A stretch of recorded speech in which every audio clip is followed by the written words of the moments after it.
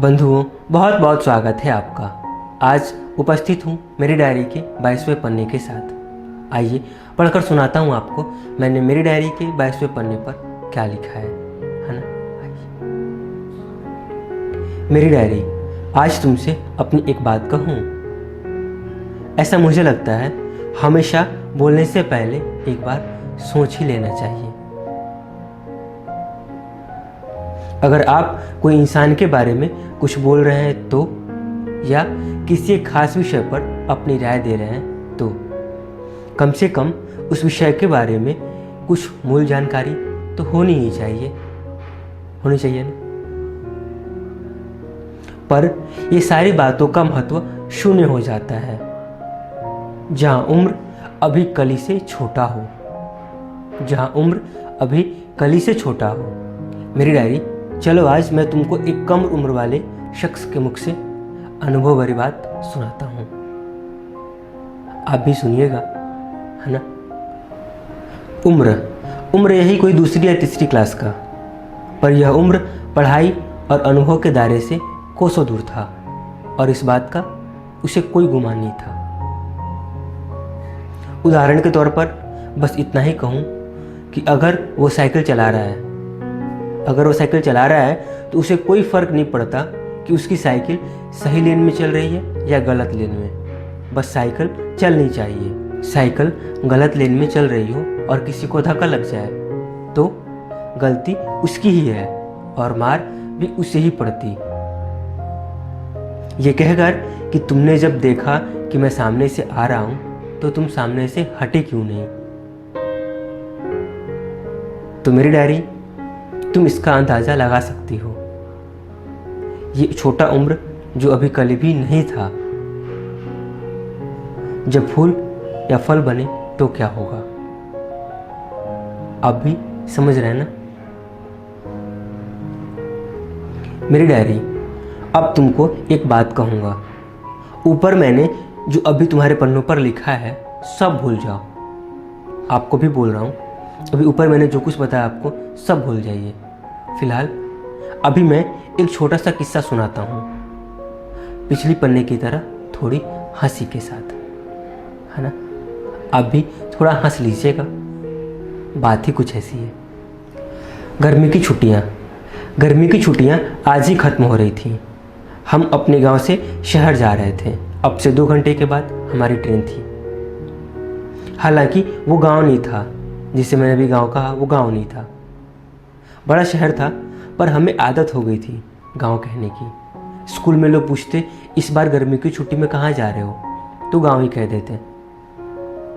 हाँ, ये उन सब का बड़प्पन है कि ऐसा ना कहते चलो आज मैं तुम्हारे गांव चलता हूँ, और गांव जाकर कहते तुम तो झूठ बोल रहे थे, ये तो शहर है। हाँ, मन उदास तो था ही। फिर कल से वही ड्रेस, जूता और बैग। कभी कभी तो मन तंग आ जाता और जी करता चिल्ला चिल्ला कर कहूँ, मैं आप सबों के सामने हाथ जोड़ रहा हूँ, मुझसे कुछ भी करा लो पर स्कूल मत भेजो।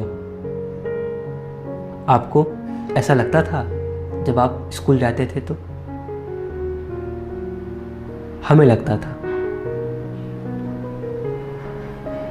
बुरा तो तब और लगता जब गांव से शहर जाते और घर में घुसते ही पहले कमरे के अलमीरा पर हमारा बैग दिख जाता। सच कहूँ तो जी भीतर से बिल्कुल रो पड़ता। पर सच तो ये भी था, नियति के आगे कौन झुक पाया है आज तक।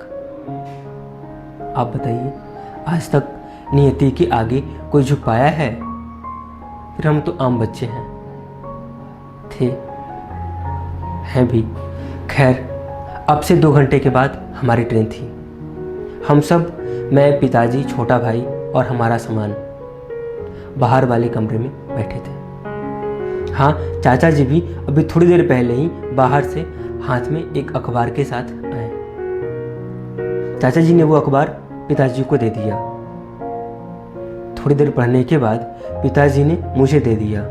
हालांकि मैं अखबार कभी नहीं पढ़ता, न ही न्यूज़ का कोई चैनल देखता हूँ। पर हाँ, अखबार की तस्वीरें देखकर कभी कभी मन बहला लेता हूँ, जैसे आज मैं अभी करने वाला था। आज अखबार में तस्वीर रोज से कम थी। ऐसा कहते हुए मैंने अखबार को मोड़ करके रख दिया। मेरा छोटा भाई आज तक बिना मार खाए एक सादा पन्ना तक नहीं उठाता। उसने आज अखबार उठाया खुद से। स्टेट पुलिस की वैकेंसी आई थी, तो मेल कैंडिडेट को क्या चाहिए, क्वालिफिकेशन और हाइट वेट के साथ वो लिखा था, और फीमेल को क्या चाहिए वो लिखा था। 2 कॉलम के साथ मेल को इतना हाइट इतना वेट और क्वालिफिकेशन से शिक्षा कहाँ तक आपने किया हुआ है वो सब लिखा था। तो आगे बढ़ते हैं। अब आप तो जानते हैं कि मेल की अपेक्षा फीमेल की ज़रूरतें कम होती हैं। जैसे मेल की हाइट अगर 5 फीट चाहिए तो फीमेल की 4.5 फीट में हो जाती है, ऐसी होती है ना। तो यही सब लिखा था इसमें, उस पैम्पलेट में। मेरा भाई उस पन्ने को ध्यान से पढ़ रहा था, और मुझे इतना तो याद नहीं, पर शायद पिताजी और चाचा जी इस वैकेंसी पर ही चर्चा कर रहे थे कि अचानक मेरा छोटा भाई बोला, पिताजी आप चिंता ना करें, मेरा मेल क्वालिफिकेशन में तो नहीं, लेकिन फीमेल वाले में तो पक्के ही हो जाएगा। और थोड़ी देर तक हम सब चुप रहे, और फिर उसने सबको समझाया कि हाइट और वेट, उसकी हाइट वेट मेरे भाई की, उसकी हाइट वेट फीमेल क्वालिफिकेशन से लगभग मिल रही है। अब उसे ये नहीं पता था कि मेल और फीमेल क्या होता है। जो भी था, समझ आया? कैसा लगा आपको ज़रूर बताइएगा। और अब आगे बढ़ते हैं। मेरी डायरी। अभी ऊपर मैंने जिस शख्स का जिक्र किया था ना, जो अभी कली से छोटा था, बस इसी के लिए कहा था। ऐसी हरकतें वो कर लेता है आज भी। और मेरी डायरी तुम समझ सकती हो वो क्या है। आपने समझा तो ज़रूर बताइए कमेंट में।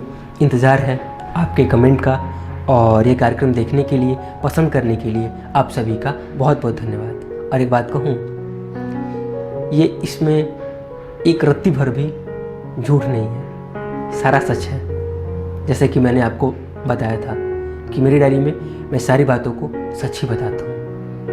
खैर, आपको करना क्या है आपको पता है, कमेंट में बताइएगा कैसा लगा आपको ये 22वां पन्ना। ठीक है, जल्दी ही आऊँगा 23वें पन्ने के साथ, है ना। तब तक के लिए आपका बहुत बहुत धन्यवाद।